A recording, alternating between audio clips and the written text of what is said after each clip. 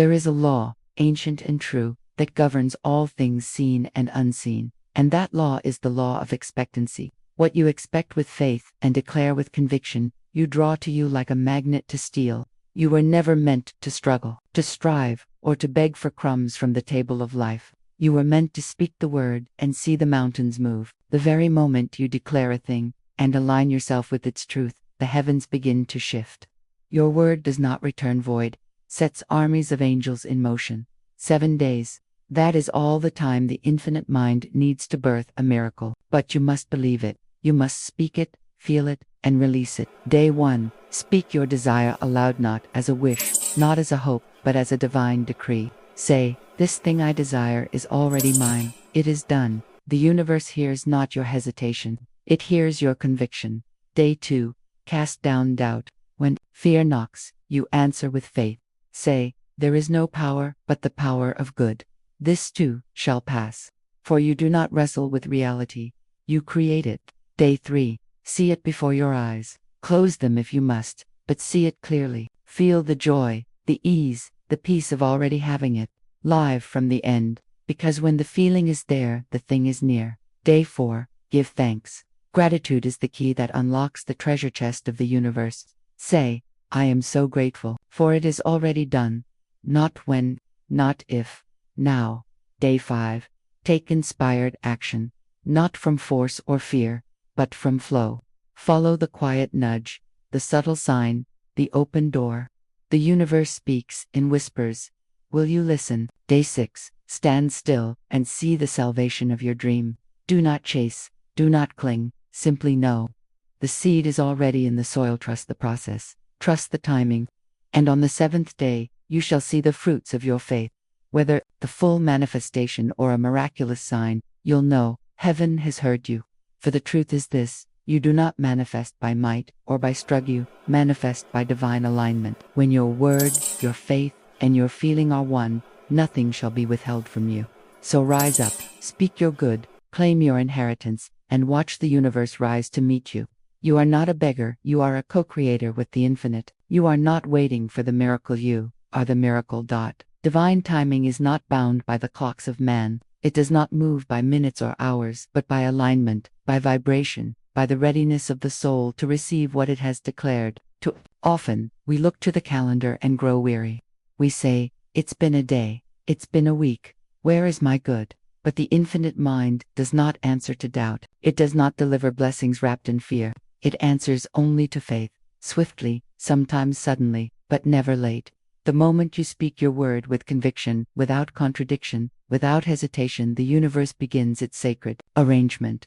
But if you speak, then doubt, affirm, then fear, decree, then deny, you halt the process. You place your desire on a boat headed your way, then send a storm of disbelief to drive it off course. Divine timing waits not for the perfect moment, it waits for your perfect trust. You must understand, your delay is never in the manifestation. Your delay is in your own vibration. Are you vibrating at the frequency of belief? Or are you broadcasting lack, worry, and impatience? A day in the realm of spirit can collapse time and bring results that would take years in the natural. The universe doesn't need a year, it needs your unwavering yes. And when your yes is firm, when your declaration stands tall against the winds of opposition, things begin to move. People call it coincidence, luck, fate, but it is none of these. It is the magnetic power of your consciousness drawing the outer world into harmony with your inner word. It is your soul stepping into divine agreement with the source of all. But hear this truth well, manifestation never comes from strain. You do not beg for what is already yours. You align, you rest, you believe. For every desire born of the Spirit has its appointed hour, and your job is not to chase it, but to welcome it. You are not the worker, you are the receiver. Your work is belief, your work is surrender. So do not be fooled by appearances. If the thing is not yet seen, it does not mean it is not coming. A seed planted in the ground is invisible for a time, yet the miracle is already underway. So it is with your word. Declare it, believe it, and trust the unseen forces that are already working on your behalf. Do not let human impatience destroy divine orchestration.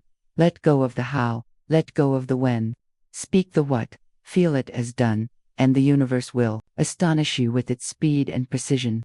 The moment you release the need and embrace the knowing, you become an open channel for your good to pour through. The delay you fear is not a denial, it is preparation. It is your soul being shaped to hold the blessing without breaking.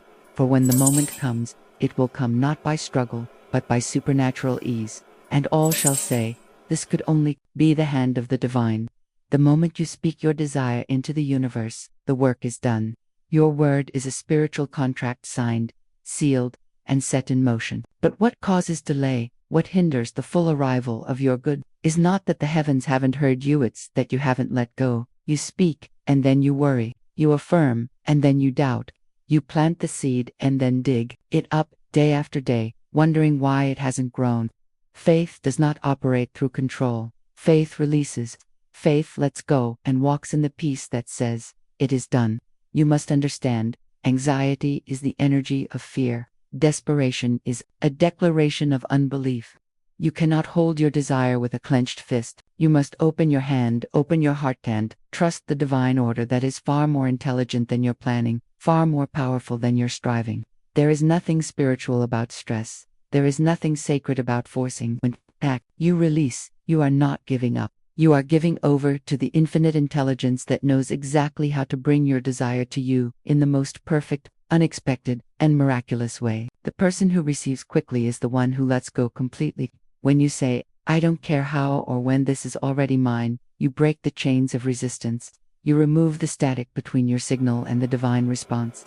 Letting go is not passive, it is the most active form of spiritual power. It is saying, I trust the law to do its perfect work without interference from my ego, my impatience, or my fear. How often have you prayed, and then tried to help the universe by micromanaging the outcome? You try to push it, rush it, manipulate it, and, in doing so, you show the law that you do not believe in its ability to work for you. That belief delays the result. That tension clogs the channel. The thing you want is on its way the moment you release your attachment to it. Detach from the outcome, detach from the form, detach from the timing. What is yours cannot be lost. What is divinely yours cannot pass you by. Letting go means resting in assurance, not worrying in secret, not pacing the floor at night, not refreshing your phone or checking the bank account every 5 minutes. You let go by aligning with the feeling that it's already done. When you feel the joy, the peace, the satisfaction of already having it, you are in perfect harmony with the outcome, and nothing can stop it from appearing in your world. You speak the word, you believe, and then you rest. You trust the invisible forces working in your favor.